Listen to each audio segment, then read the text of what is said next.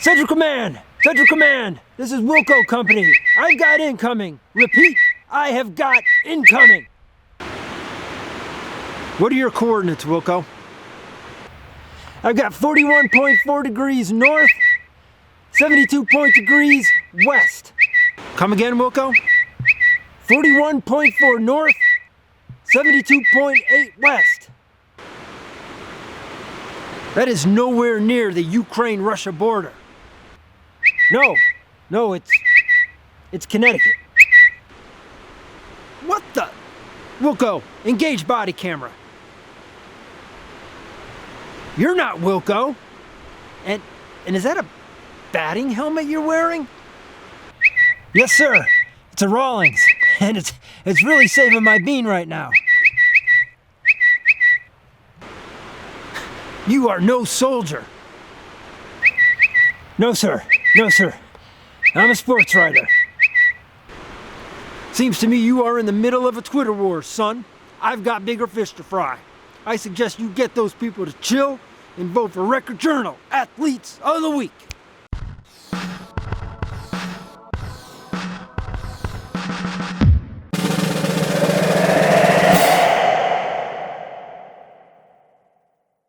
Good morning, good afternoon, good evening, whenever you may happen to be tuning in. I am Bryant Carpenter, sports editor of the Meriden Record Journal, and welcome to week 5 of the Record Journal Winter Athletes of the Week. And Aaron, man, I know it's supposed to thaw at some point this week, but man, it does definitely feel like a winter season for the first time in like 3 years. We're here at another scenic location.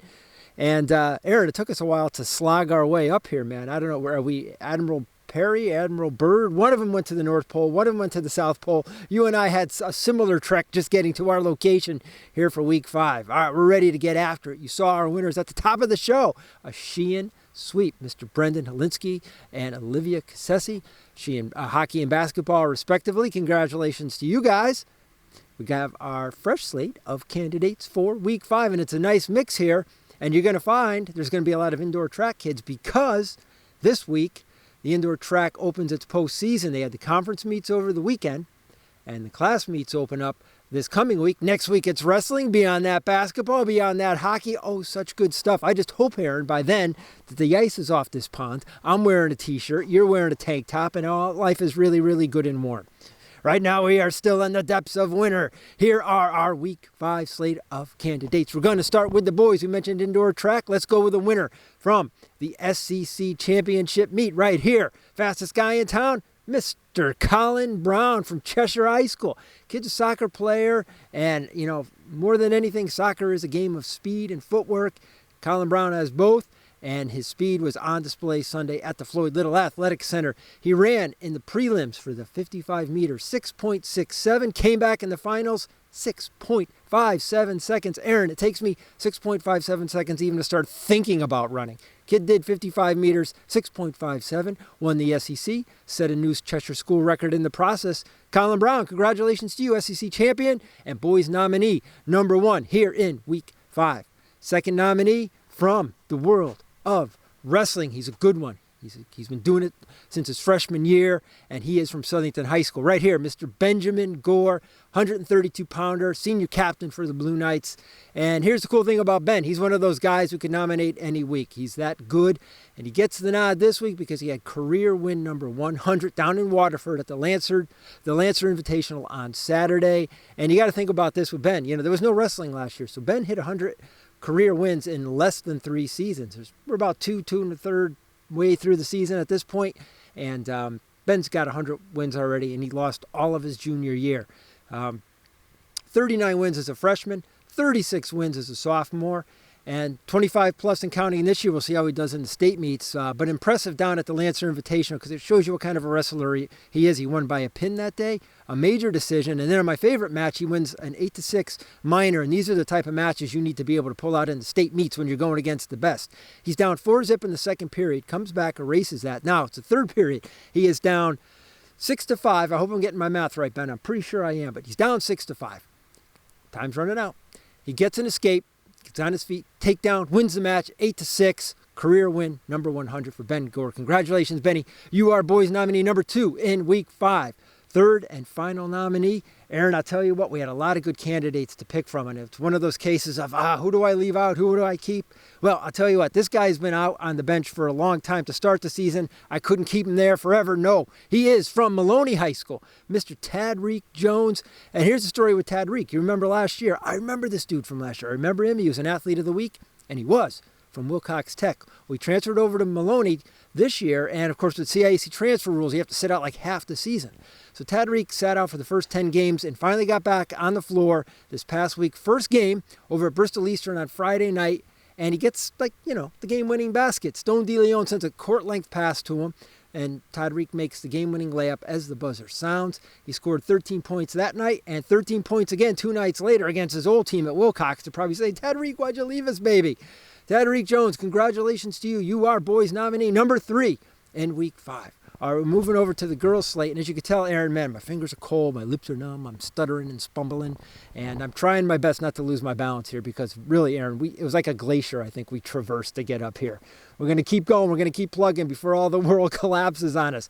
Our girls' nominees, we got a basketball player, and we have 2 indoor track athletes. Let's start with the basketball player from Lyman Hall High School right here, senior guard, Miss Lauren Cretella. Good week for Lauren last week. Pair of 11-point performances for her. She's also a good defender, gets after it. She had 6 steals in one of those games. It was Saturday against Shelton, in fact. And just want to say, tip of the cap to Lyman Hall girls basketball team. It has not been an easy season. Of course, they lost to Sacred Heart Academy in the infamous 92-4 game. But you know what? The team is stuck with it. Nobody's left the team. They keep playing, keep showing up for practice, and that says something. That's what it's all about. Keep after it. Lauren Cretella, congratulations to you and all your teammates for being gamers. Lauren Cretella, girls nominee number 1 in week 5. Okay, we mentioned indoor track. We got 2 of them. One from the Central Connecticut Conference, one from the Southern Connecticut Conference. Let's see, Aaron. C before S, we'll go with Central Connecticut, and she is from Maloney High School right here, Miss Shaylin Murphy. Now, Shaylin, along with Bria Benigni, both made All-CCC at the Central Connecticut Conference Championship meet by finishing in 3rd place. Now, Bria's already been a nominee this season, so it's easy enough to say, hey, Shaylin's turn. She cleared 5'2" in the high jump to finish in 3rd place. That ties her own school record. And she also ran on the 4x200 relay, which, while it didn't place, it did set a new Maloney school record at, here, ready for the math, Aaron? 1 minute, 56.57 seconds. That was the time for the 4x2, and Shaylin Murphy was aboard for that with Tess Lopez, Elia Cloutier, and Mackenzie McCormick. Very good. Well done, girls. Look forward to seeing what you can do in the Class L meet on Saturday. For now, Shaylin Murphy, girls nominee number 2. Our 3rd and final nominee, she's been here before, I think, Aaron, since she's been 5 years old. It seems every winter this young lady gets nominated, and for good reason. She is from Sheehan High School, senior now, Miss Erin Brennan, and what a meet for the Lady Titans on Sunday. They won the 4x2. Erin Brennan ran a leg with Amanda Castaldi and Avery Winters and Patrice Mansfield, and boom, it was basically game over. The Sheehan Lady Titans ran away to their 2nd consecutive SCC team championship, and Erin Brennan defended her pole vault title in the SEC, cleared 10 feet. And she also won the long jump with a school record of 17.8. Aaron, I try to duplicate it right now, but if I tried, I'd break both ankles on this ice. And I'd never get your distance either. Aaron, it's going to be weird not having you here next year, but we enjoyed watching your career. Class M meet is on Thursday. She and the Lady Titans are going to be going after a Class M state title. I don't know, Aaron, you're going to be down there with Shawnee. I'll tell you what, brother, man, my money's on the Titans.